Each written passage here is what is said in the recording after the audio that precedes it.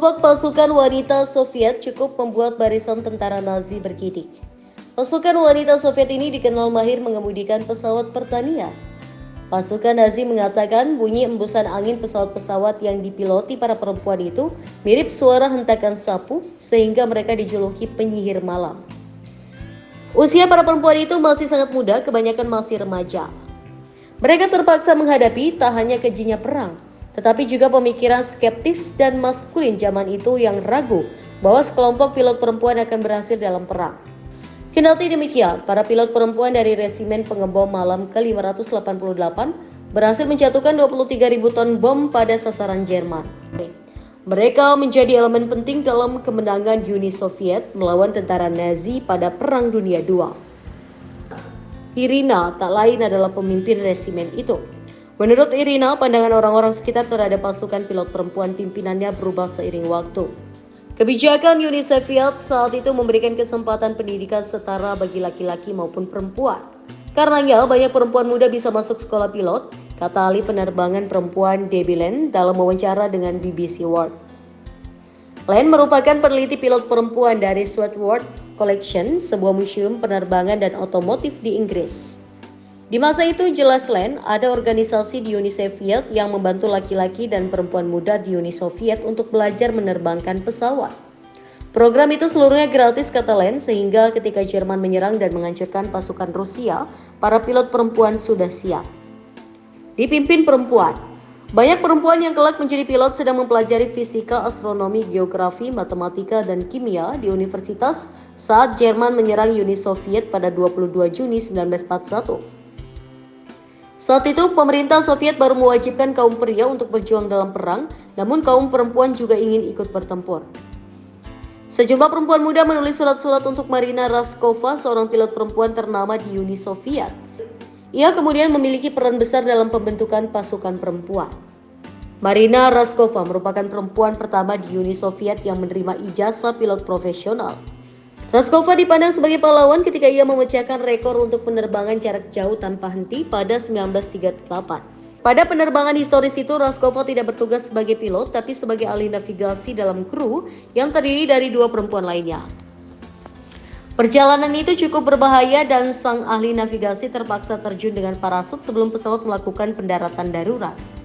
Raskova menghabiskan 10 hari sendirian di hutan Siberia yang dingin tanpa makanan dan hanya sedikit air sambil mencari pesawat itu. Petualangannya kemudian dia tuangkan ke dalam buku yang menceritakan soal pengalamannya bertahan hidup. Berkat buku itu, Raskova menjadi terkenal di Uni Soviet. Berkat ketenaran Raskova, banyak perempuan muda Soviet meminta agar mereka bisa ikut berjuang demi negara, tidak hanya ditempatkan sebagai juru ketik atau perawat. Akhirnya, Raskova datang ke pemimpin Uni Soviet Joseph Stalin. Ia meminta izin kepada Stalin untuk membentuk pasukannya sendiri yang hanya terdiri dari pilot perempuan. Stalin setuju dan Raskova menciptakan 3 resimen perempuan, Resimen Tempur Udara ke-568, Resimen Pengebom Udara ke-587, dan Resimen Pengebom Malam ke-588 yang kemudian dikenal sebagai penyihir malam. Dengan demikian, Uni Soviet menjadi negara pertama yang resmi memperbolehkan perempuan untuk ikut bertempur. Para perempuan dalam pasukan itu juga harus terbiasa menerbangkan pesawat bermesin ganda yakni Polikarpov Po-2. Secara teknis, pesawat kuno yang dirancang pada 1928 itu biasa digunakan sebagai pesawat latihan dan penyemprot lahan pertanian. Polikarpov Po-2 terbuat dari kayu lapis dan kanvas sehingga bodinya rentan dan ringan. Bagian kokpit terbuka sehingga para pilot tidak memiliki perlindungan terhadap suhu dingin saat malam hari. Karena mereka tidak memiliki alat untuk membantu mereka menghantam sasaran, para pilot dalam resimen ke-588 menjalani operasi yang berbahaya.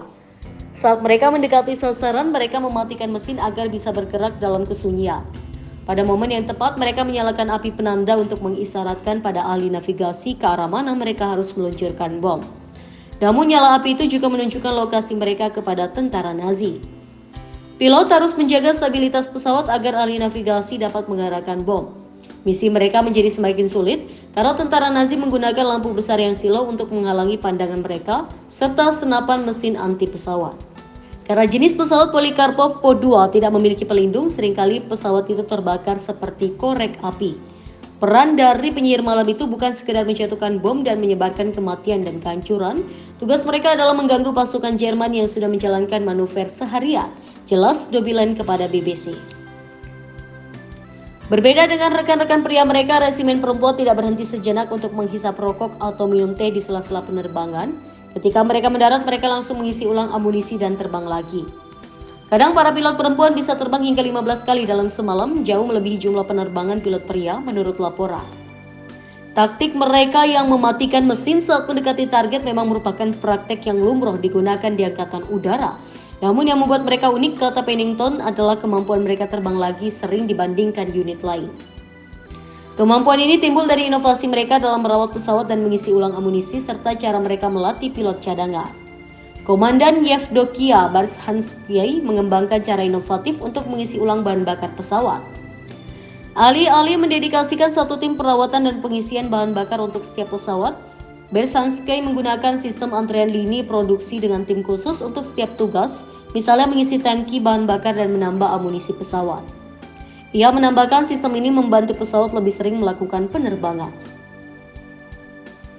Sebagai tanda penghormatan atas jasa mereka, Resimen Pengebom Malam ke-588 menerima pangkat Garda Udara. Resimen itu kemudian dikenal sebagai Garda Resimen Pengebom Malam ke-46. Barshanskaya juga dikaruniai Ordo Spanduk Merah dan banyak penyihir malam lainnya juga menerima penghargaan bergensi. Bahkan 23 pilot perempuan mendapat gelar pahlawan Uni Soviet, penghargaan tertinggi di negara itu.